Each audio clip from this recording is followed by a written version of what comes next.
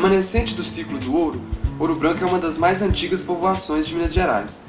É deste período as construções de estilo barroco, sobrados, casarões e igrejas.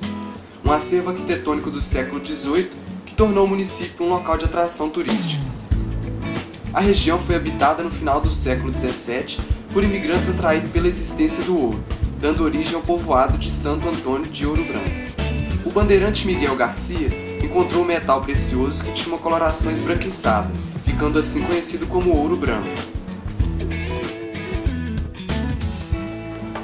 O ouro extraído em Ouro Branco era desprezível em relação à extração praticada em Ouro Preto. Por essa época, a má qualidade das jazidas auríferas e as dificuldades de exploração advindas do primitivo processo utilizado fazem a atividade mineradora retroceder. Ouro Branco e outros povoados abasteceram Vila Rica durante todo o ciclo do ouro. Suas terras e topografia se prestaram melhor a esta atividade, e em Vila Rica a população estava por demais envolvida com a extração mineral.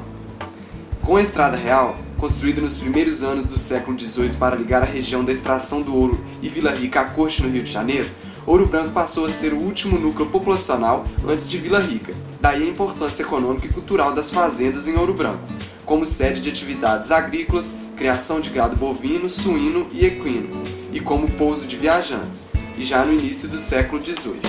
Assim surge a Fazenda das Carreiras, a Fazendinha, a Fazenda do Pé do Morro, entre as mais importantes. A casa denominada Fazendinha, situada atualmente dentro do núcleo urbano de Ouro Branco, é um exemplar característico da arquitetura rural do período colonial mineiro. Suas características arquitetônicas conservadas, expressas em sua solução formal, no seu sistema construtivo e no uso dos materiais, indicadores de sua origem e fundação, permitem situá-la como exemplar da segunda metade do século XVIII. O conjunto arquitetônico e paisagístico Fazenda Pé do Morro é um exemplar único da arquitetura rural do período colonial brasileiro. O conjunto de construções começou a ser edificado em meados do século XVIII, para abrigar a sede da própria fazenda, produtora de vários gêneros agrícolas e criadora de gado bovino e equino. Parece ter servido também como hospedagem ou estalagem para visitantes, e às vezes contrabandistas de ouro que desciam a serra passando pelo povoado de Itatiaia. Com o tempo, a atividade de hospedagem ganhou importância, justificando um anexo com estrutura de pau a pique, já no início do século XIX, que dá ao conjunto a sua atual forma em L. Um dos pontos turísticos mais importantes de Ouro Branco, a Casa de Tiradentes, faz parte da história da Inconfidência Mineira, porque ali Tiradentes e os Inconfidentes se encontravam. Também ali figuras importantes como Dom Pedro II pernoitavam e trocavam de cavalos. Mais conhecida como Fazenda das Carreiras ou Casa Velha de Tiradentes, é um belo exemplar da arquitetura do século XVIII. Segundo a tradição, a Fazenda das Carreiras era um local de criação, venda ou troca de cavalos para aqueles que faziam a viagem desde o Rio de Janeiro até Vila Rica pela Estrada Real. Seu nome teria se originado de supostas corridas realizadas para comprovar a qualidade dos animais que eram objeto de venda ou troca. Entre as muitas viagens para a difusão dos ideais de liberdade e da Inconfidência, Joaquim José da Silva Xavier, vulgo Tiradentes, esteve várias vezes hospedado na casa, surgindo daí a referência a seu nome. Com a descoberta do ouro, estende-se por todo o país o gosto pelo barroco, o qual chegou ao Brasil com os missionários jesuítas, que trouxeram um novo estilo como instrumento de doutrinação cristã. O barroco foi uma das formas de expressão artística mais visíveis entre o século XVII e a primeira metade do século XVIII no Brasil. A descoberta de ouro e pedras preciosas acelerou o processo de urbanização no interior da colônia.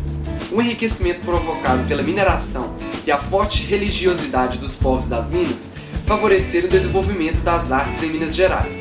As cidades enriqueciam e as irmandades tornavam as igrejas cada vez mais exuberantes. Aos poucos, vencendo algumas limitações técnicas e materiais, delineava-se na arquitetura, por exemplo, a fisionomia de uma autêntica arte local conhecida como barroco mineiro. Esse estilo utilizou com grande vantagem materiais típicos como o cedro e a pedra-sabão, adaptando-os à necessidade das obras. Nesse ambiente, tornou-se possível o surgimento de um movimento artístico e cultural sem precedentes no Brasil. As vilas se tornam prósperos redutos, onde floresce uma rica arquitetura. As artes tomam impulso, lembrando em muito o Renascimento europeu. Vigora o mecenato, e mestres como Antônio Francisco Lisboa, o Aleijadinho, e Manuel da Costa da Taíde encontram um ambiente perfeito para exercerem sua genialidade. Construída no período de 1724 e 1779, é uma das mais antigas de Minas Gerais. A Igreja de Santo Antônio se tornou a igreja matriz. É um excelente exemplar da arquitetura religiosa do século XVIII. Sua fachada denota claramente a reforma introduzida por Aleijadinho no estilo dos frontispícios de Minas Gerais. O altar-mor, em dourado, é do estilo mais evoluído do barroco mineiro. A igreja recebeu o talento retratado nas pinturas do mestre Manuel da Costa Taíde, além daquelas do estilo de Dom João V, de caráter ilusionista. Construída por iniciativa das Irmandades do Santíssimo Sacramento, Nossa Senhora do Rosário dos Pretos e São Benedito, a igreja de Santo Antônio de Itatiaia tem data do começo do século XVIII, sendo das primeiras igrejas construídas na região. A igreja guarda em seu interior ricos trabalhos de talha e pintura em perspectiva barroca, considerados uns dos mais representativos de Minas.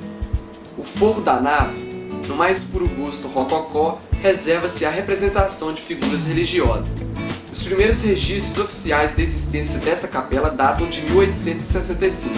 Durante o período colonial foi muito comum a construção de templos com soluções simples, de materiais perecíveis como a madeira, que eram substituídos por outros mais nobres à medida em que se arrecadavam recursos das Irmandades. O conjunto arquitetônico e paisagístico da capela Nossa Senhora Mãe dos Homens compõe-se da capela propriamente dita, pelo largo onde se insere, a escadaria e uma praça lindeira atrás da capela. Somente no final do século XVIII e começo do século XIX, a situação financeira das Irmandades ficou claramente combalida, em período coincidente com a decadência do ciclo do ouro, o que freou a emergência de novos templos opulentos e o patrocínio das artes.